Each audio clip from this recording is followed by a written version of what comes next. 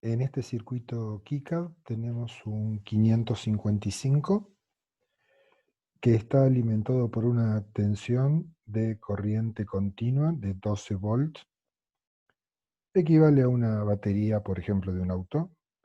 Esta es la tierra, nuestra referencia. Está filtrada la tensión de entrada con unos capacitores. En un circuito real esto tiene sentido. En el ideal, que sería la simulación, realmente no cumple ninguna función, pero para el circuito práctico es correcto filtrar la tensión de entrada. La configuración de 555 que aquí está empleada tiene dos resistencias a través de las cuales se carga el capacitor, la RA y la RB.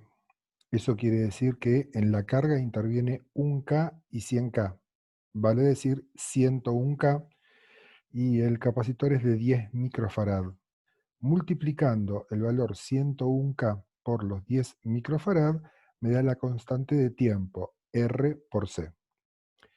Cuando la tensión en el capacitor supera los 2/3 de la tensión de alimentación, en este caso los 8 volts, la pata 7, este pin, se pone a tierra y descarga. Entonces, si esto está a tierra, la corriente por aquí ya no puede llegar al capacitor, sino que directamente drena a tierra por esta patita.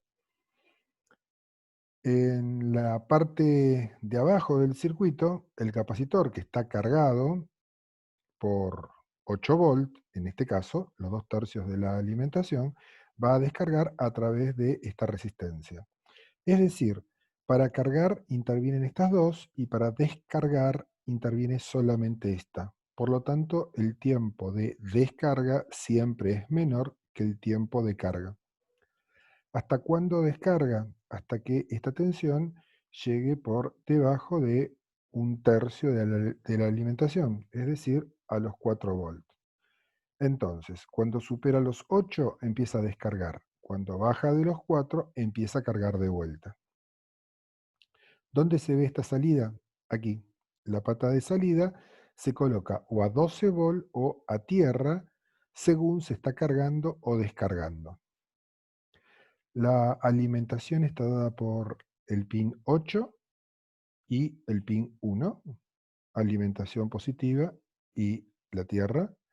Para que no esté reseteado, la patita de reset, la pata 4, tiene que estar a positivo. Entonces esto funciona en forma continua. Y este pin, que no es indispensable que esté colocado el capacitor, en general, cuando se está usando en esta configuración, que es la configuración estable, está colocado con un capacitorcito pequeño de filtrado, unos 100 nanofarad o 0,1 microfarad. Los pines 6, que está aquí, y el pin 2 están entre sí conectados. Entonces, este nodo que está en este lugar, el trigger 1, se conecta con este otro desde este otro lado. Vale decir, yo podría poner un cable que una a estos dos directamente, o si no, hacer un conector como se está utilizando en este caso. Entre las patas 2 y 6 entonces controlan si cae por debajo de 1/3 o supera los 2/3 de la tensión de alimentación. Este es el circuito básico estable. Vamos a analizar otra parte del circuito. La otra mitad del circuito es muy similar a la anterior, también es una configuración estable, también tiene la tensión de entrada a los mismos 12 volts que tenían antes, con este conector está unido a los 12 volts, y en esta ocasión lo que tenemos es que esta constante de tiempo es diferente a la que vimos antes porque cambiaron los valores de resistencia capacitor. En realidad, si analizamos detenidamente, el valor que cambió es el del capacitor, pero lo importante es que la constante RC es la que ha cambiado. En esta configuración, que sería el segundo oscilador estable, también tenemos el trigger, ¿sí?, conectado, en la patita 2 y 6, son los disparos de 1/3 y 2/3 de alimentación, y la que era salida 1 en el anterior circuito, aquí está como entrada 1, conectada al reset. ¿Qué quiere decir esto? Que cuando la salida del circuito que vimos antes está en 12 volt, este puede oscilar. Pero cuando esta salida se pone en 0, entra a este circuito y anula su funcionamiento, queda bloqueado. Este oscilador está calculado, gracias a esta constante de tiempo, a una frecuencia superior a la del otro oscilador. Con lo cual, esta entrada controla el funcionamiento de este. La salida, la tenemos aquí, se podría conectar con un cable directamente o si no con un conector. Esta salida entonces está alimentando en esta configuración a una resistencia con un LED. La idea está en que según las frecuencias que colocamos aquí, puede ser que nos dé un rango visible, entonces veremos titilar el LED cuando está habilitado o detenerse la luz cuando está inhabilitado este. Si la frecuencia es alta, está dentro del rango audible, difícilmente podamos ver el funcionamiento del LED, pero sí podemos escucharlo. Así de que esta salida entonces se conectará a un parlante y podemos escuchar el sonido de este integrado que está modulado por el otro integrado que vimos antes. Vamos a analizar un poquito más en el conjunto entonces al circuito. Acá tenemos la visión global entonces del circuito.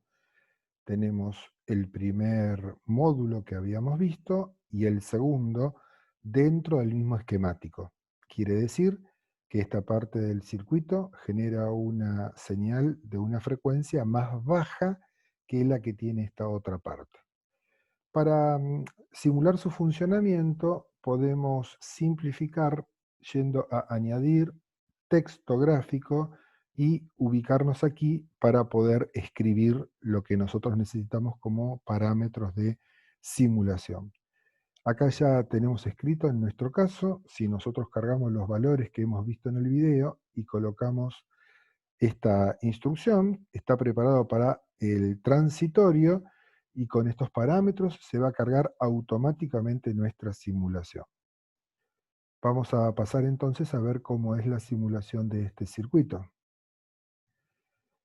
Fuimos a herramientas, simulación, y si vamos a ajustes, podemos chequear que los parámetros que escribimos en el texto entran automáticamente acá.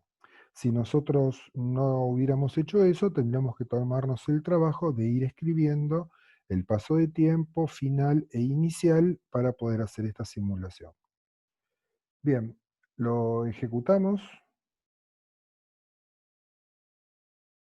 Ahí se encuentra compilando, lleva un tiempito corto, y una vez que se consiguió hacer eso, entonces estamos para poder ya añadir las señales. En nuestro caso veremos la señal 1 de salida. Esa señal que estamos viendo es entonces el funcionamiento del primer oscilador. Se coloca en 12 volt y en tierra. Si analizamos el segundo, cuando este está en positivo, ahí le permite oscilar. Cuando no, ya no oscila más. Vamos a quitar esta y ahí nos queda la salida, lista para activar un parlantito que está dando un sonido de alerta intermitente, o si bajamos la frecuencia, hay que jugar con los valores de resistencia y capacitor, podemos hacer que titile un LED.